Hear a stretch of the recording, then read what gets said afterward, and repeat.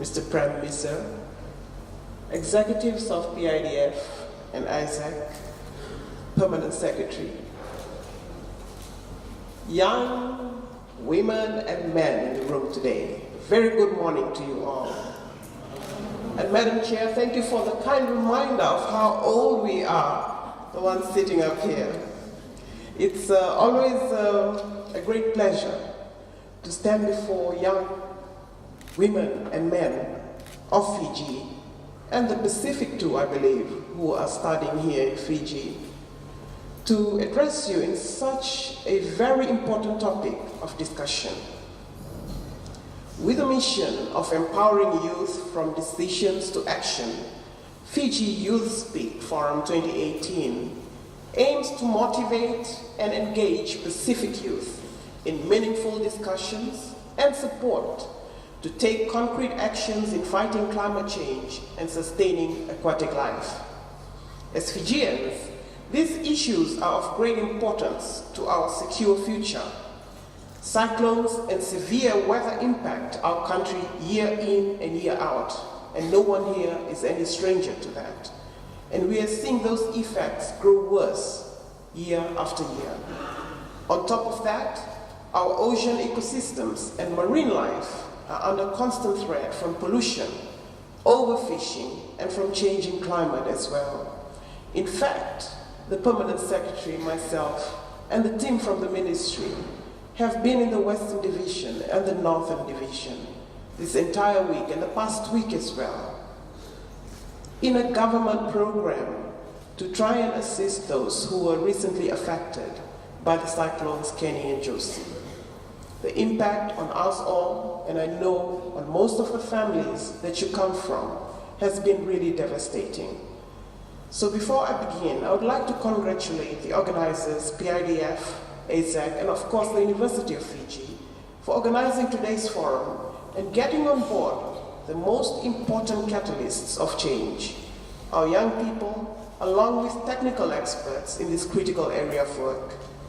The Pacific region is one that is highly vulnerable to the threat posed by natural disasters, such as tropical cyclones and tsunamis. In the past few years, there have been 3 Category 5 cyclones, Pam, Winston, and Gita, as well as the El Nino drought, which were devastating for our region in terms of lives lost, infrastructure damage, and their significant impact on livelihoods. Let us not forget Cyclone Ola, which also left significant devastation in its wake after battering part of Vanuatu, and the more recent floods and tropical cyclones Kenny and Josie.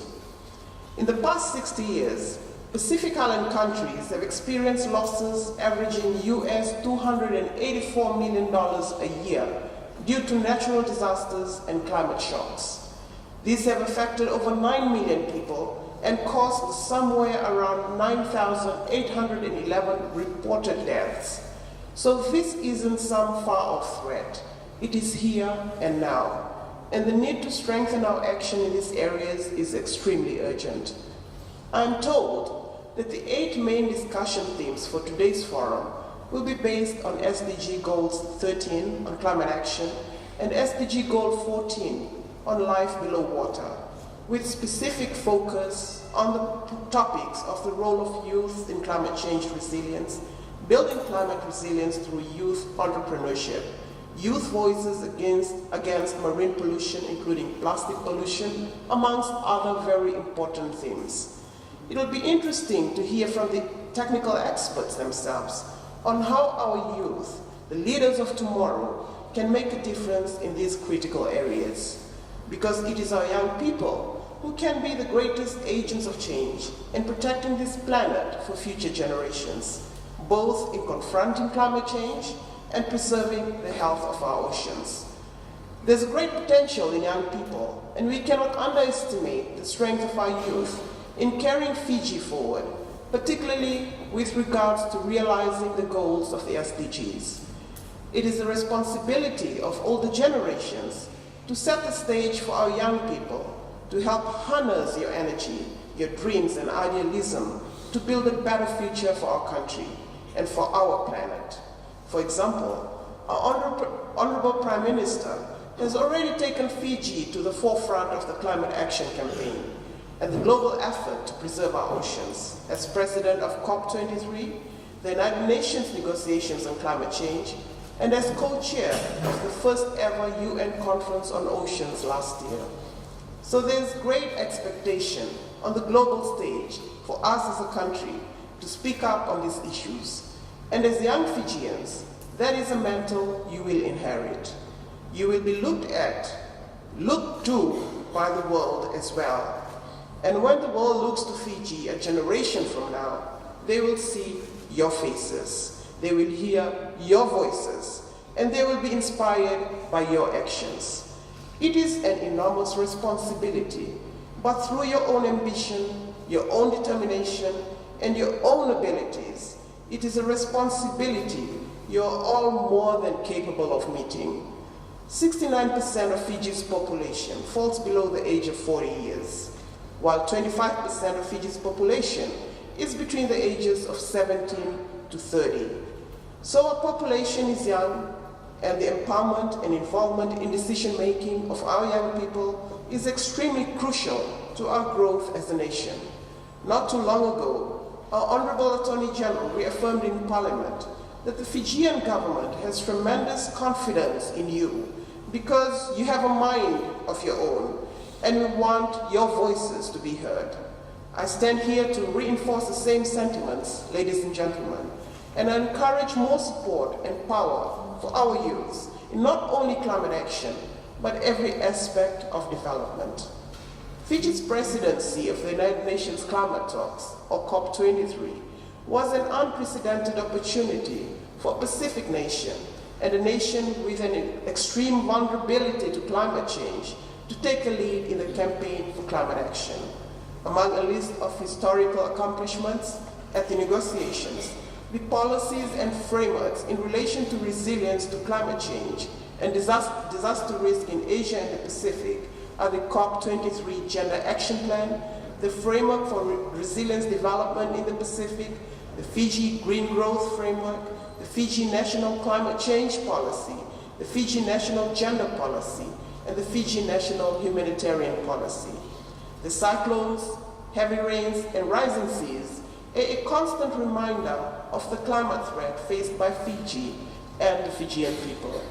And for some of our neighbors in the Pacific, they face the very real threat of having their islands submerged completely by the rising seas, their communities and their ancestral homes disappearing beneath the waves altogether. It is not fair or just that we in the Pacific face the most severe threat from our changing climate, when it is we who have contributed the least to the harmful emissions causing global warming. But that is the reality we face. And really, in every decision we make as a nation, we must consider the implications of the climate. We must consider the impact on our oceans and the health of our marine life. We must consider that will require passionate and dedicated leadership, and that will require the engagement and commitment of our young people. Only then can we realize the aspirations of SDG 13 and SDG 14. This room today is filled with incredible potential. I could see from the wave when he said hello. It is filled with imaginative possibilities, energy, and tremendous optimism for the future of Fiji. As young Fijians, you carry influence at every level of Fijian society, at the local, national, and international stages. When you go back today, reflect on what kind of influence are you actually having on your community? Is it positive to take our nation forward? Are there things that we want to change in the impact that we have, not only on the community, but on our peers around us? Our impact on Facebook. Let's think about that. What topics are we talking about on Facebook? Topics to take us forward as youths, to take us forward as a nation? Important impact on the future, on our children. We're going to grow up to be parents. We'll have children one day. What topics are we contributing to on social media, which is a very important platform for discussions? I urge you all to use technology, particularly technology, and other forms of communications that you have on your fingertips. Use it in a positive way. Use it in a way to discuss topics that are important not only to you, but also to the future of this country. And climate change is a very important topic. So I'd like to see more discussions from youth on topics of climate action and what you can do as youth to help our government, help us as a country, sustain ourselves in the face of the climate crisis that you're facing. So there are many ideas you have about how you can make a difference in Fiji today and how you can make your voice heard by the global audience. I urge all of you to see the Sustainable Development Movement as a tremendous tool in building the better Fiji we all seek to create. By harnessing the frameworks that promote sustainable development, we can build a more knowledge-based society in Fiji. We can combat extreme poverty around the world, along with socioeconomic inequality, corruption, and irresponsible environmental stewardship. I encourage you to map your activities and impacts against the SDG framework, together with our national and regional commitments. Raise public awareness of the SDGs, especially SDG 13 and 14, and most importantly, collaborate with your like-minded counterparts and agencies to achieve these goals. With these words, I wish you the very best with today's deliberations. And if I have a message for take home after this, it will be that make a positive impact on the future of this country, on our communications to each other and to our peers. Thank you.